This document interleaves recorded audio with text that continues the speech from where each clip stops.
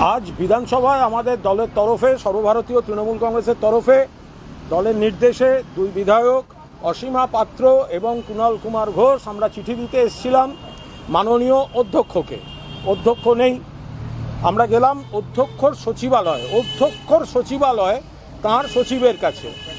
তিনি আমাদের যা জানালেন সেটা শুনে হাসবো না কাঁদবো ভেবে পাচ্ছি না।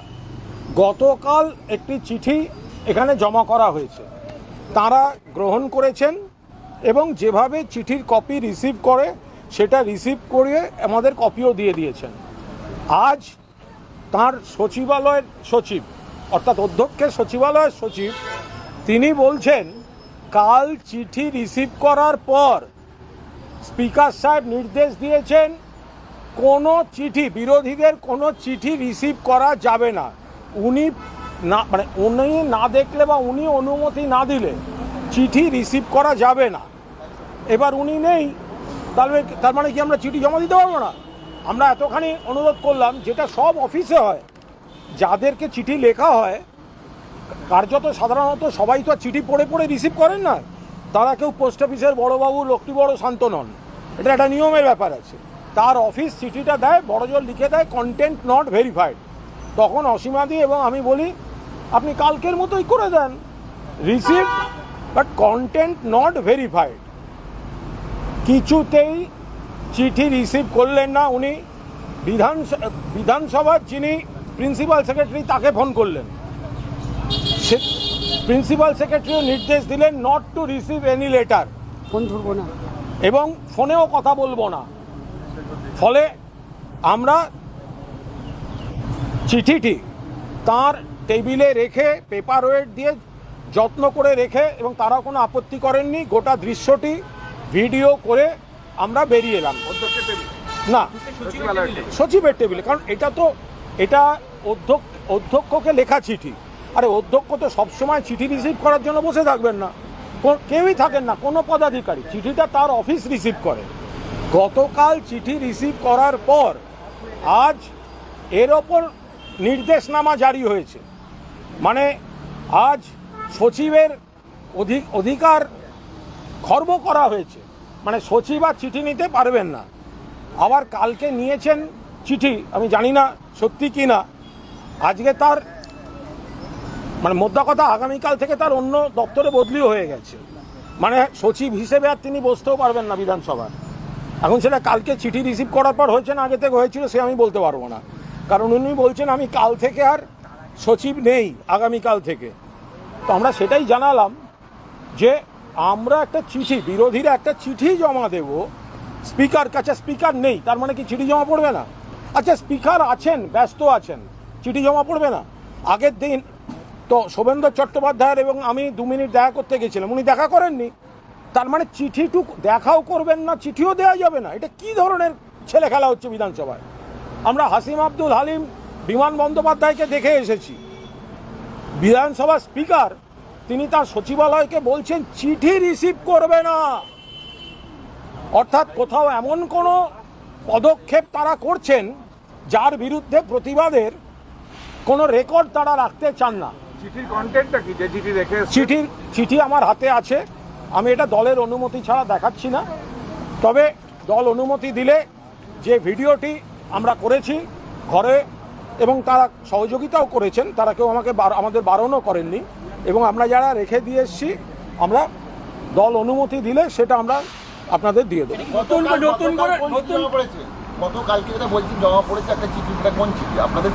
আমাদের চিঠি আমরা জমা দিয়েছি, গতকাল আমরা একটি চিঠি দিয়েছি, সেই চিঠি তার সঙ্গে কভারিং লেটারের পাশাপাশি তার সঙ্গে চিঠির আরও আনুষঙ্গিক দুটি আরও কাগজ ছিল, সব শুদ্ধ সুষ্ঠুভাবে নিয়ম মতো রিসিভ করে দেন সচিবালয়ের সচিব, মানে স্পিকার সাহেবের সচিব আর কি, মানে বিধানসভার প্রিন্সিপাল সেক্রেটারি না, স্পিকারের সচিবালয়। আমরা তো চিঠি দিচ্ছি স্পিকারকে, ফলে স্পিকারের সচিবালয়ে চিঠি দেবো। গতকাল নিয়ম মতো তিনি সব করে দেন, তাতে মনে হয় অনেকের অসুবিধা হয়েছে, রেগে গেছে, সেই জন্য সচিবকে বলা হয়েছে কোনো চিঠি রিসিভ করা যাবে না। তো আমরা যে আজকে আরেকটি চিঠি নিয়ে গেছি, তাতে তিনি বললেন যে আমার কিছু করার নেই, তার কারণ হচ্ছে আমার যেটা করার নেই, কারণ এভাবে কোনো চিঠি নিতে স্পিকার সাহেব বারণ করে দিয়েছেন।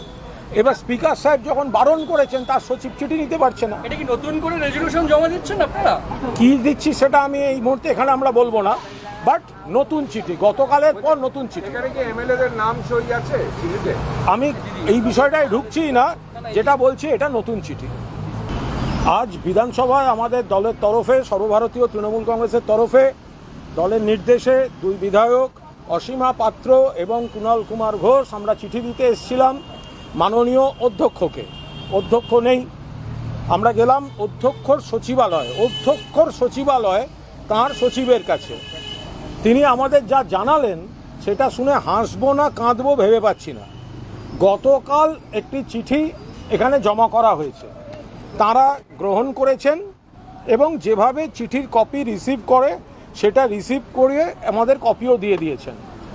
আজ তার সচিবালয়ের সচিব, অর্থাৎ অধ্যক্ষের সচিবালয়ের সচিব, তিনি বলছেন কাল চিঠি রিসিভ করার পর স্পিকার সাহেব নির্দেশ দিয়েছেন কোনো চিঠি, বিরোধীদের কোনো চিঠি রিসিভ করা যাবে না। উনি না দেখলে বা উনি অনুমতি না দিলে চিঠি রিসিভ করা যাবে না। এবার উনি নেই, তার মানে কি আমরা চিঠি জমা দিতে পারবো না?